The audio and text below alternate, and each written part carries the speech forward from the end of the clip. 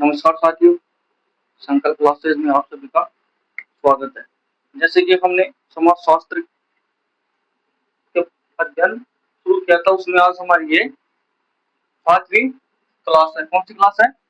5वीं क्लास है, जिसको हम लाइनर ट्यूशन के माध्यम से देख रहे थे। तो उसको आगे बढ़ाते हुए आज हम इसमें पहला प्रश्न है क्या कि समाज चेतना व सजा के सम्मान पर आधारित है। प्रश्न क्या है? जो समाज है वह चेतना क्या है? समाज है जो चेतना व सजातीय सम्मान पर आधारित है। किस समाजशास्त्री ने कहा? किस समाजशास्त्री ने कहा? वह समाजशास्त्री है गिंडिस। कौन है? गिंडिस ने कहा कि जो समाज है वह चेतना या सजातीय सम्मान पर आधारित है। अगला है इसमें क्या कि समाज में किस प्रकार समानता पाई जाती है या समाज में कितनी प्रकार की समानता पाई जाती है। तो समाज में 2 प्रकार की समानता है। दो कौन कौन सी है? पहला है समानता और दूसरा है असमानता। क्या है? दूसरा है असमानता, जिसमें समानता में सभी लोग समान रूप से देखे जाते हैं और असमानता में जैसे देखें कि लिंग और भेद, वर्ण, जाति, इनके आधार पर देखे जाते हैं। अगला प्रश्न है इसमें कि किस समाजशास्त्री ने समाज को मधुमक्खियों व चींटियों के समान माना? क्या है कि कौन सा समाजशास्त्री है जो समाज को मधुमक्खियों व चींटियों के समान मानते हैं? तो वह है मैकआइवर व पेज। यह ऐसे भी आ सकता है कि जैसे मधुमक्खियों व चींटियों के समान कथन किन्होंने बताया? तो वह बताया मैकआइवर व पेज ने। किसने? मैकआइवर व पेज ने। अगला है इसमें कि वर्तमान समाज में असमानता बढ़ने के प्रमुख कारण क्या है? जो वर्तमान समाज है उसमें क्या असमानता बढ़ने के मुख्य कारण क्या बताए हैं? तो इसमें असमानता बढ़ने के मुख्य कारण है विशेषीकरण की प्रक्रिया। क्या होती है असमानता बढ़ने के कारण? विशेषीकरण की प्रक्रिया। अगला है इसमें कि समाज में रीतियां, यानी जो समाज में रीतियां हैं उनका क्या कार्य होता है या वह किस प्रकार से कार्य करती है। तो रीतियां किस प्रकार से कार्य करती है? रीतियां समाज में सामाजिक मानदंडों को निर्धारित करने का कार्य करती है। क्या करती है? जो समाज में मानदंड निर्धारित करने का काम करती है। अगला है कि समाज में व्यवस्था बनाए रखने का कार्य करती है। कौन करती है?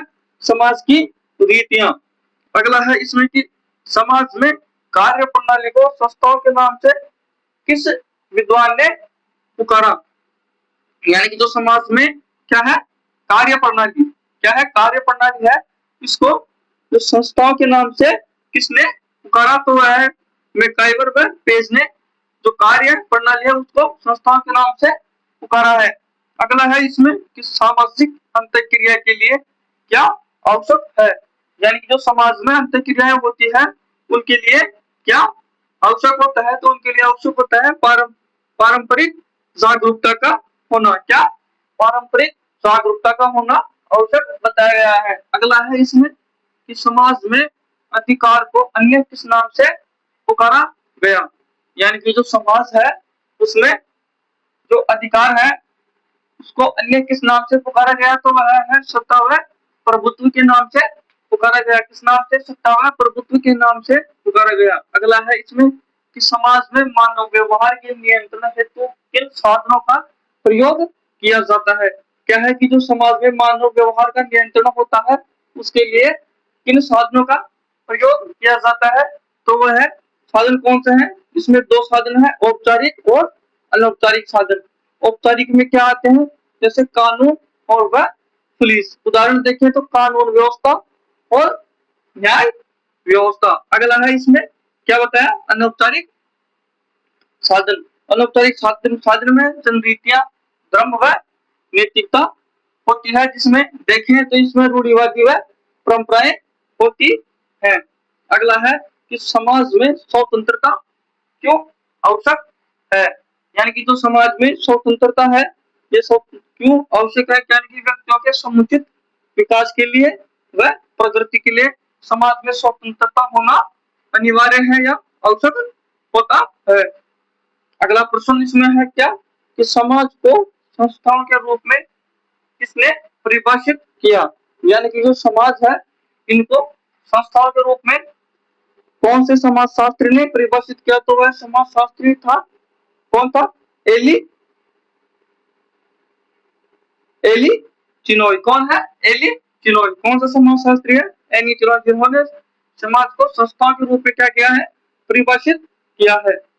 अगला है इसमें क्या कि किस समाज शास्त्री ने क्या, किस समाज शास्त्री के अनुसार समाज एक वस्तु नहीं बल्कि प्रक्रिया है। क्या है कि कौन सा समाज शास्त्री है जो समाज को वस्तु नहीं मानता बल्कि क्या मानता है? एक प्रक्रिया मानता है। प्रमुख कथन क्या, जो प्रमुख कथन है यह किस समाज शास्त्री के द्वारा दिया गया? तो यह दिया गया रयूटर के अनुसार। किसके द्वारा? रयूटर के अनुसार। रयूटर समाज को एक वस्तु नहीं बल्कि क्या मानते हैं? एक प्रक्रिया मानते हैं। अगला है इसमें समाज की संरचना किससे मिलकर होती है या मिलकर बनी होती है? क्या है कि जो समाज की संरचना है वह किनसे मिलकर बनी है? तो वह है समूहों से, समितियों से, वह विभागों के द्वारा समाज की संरचना बनी होती है या समाज का निर्माण होता है।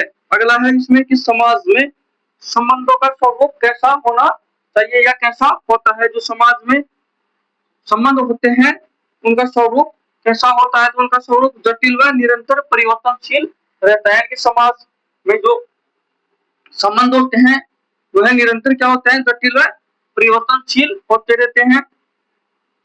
अगला है इसमें कि समाज में परिवार में अधिकार या शक्ति का केंद्र पारंपरिक रूप कौन होता है? यानी कि जो परिवार है उसमें क्या है? इसमें जो अधिकार है या शक्ति वह उसका केंद्र किसे माना गया है? तो उसका केंद्र माना गया है कर्ता या परिवार के मुखिया को माना गया है। किसे माना गया है? कर्ता व परिवार के मुखिया को माना गया है।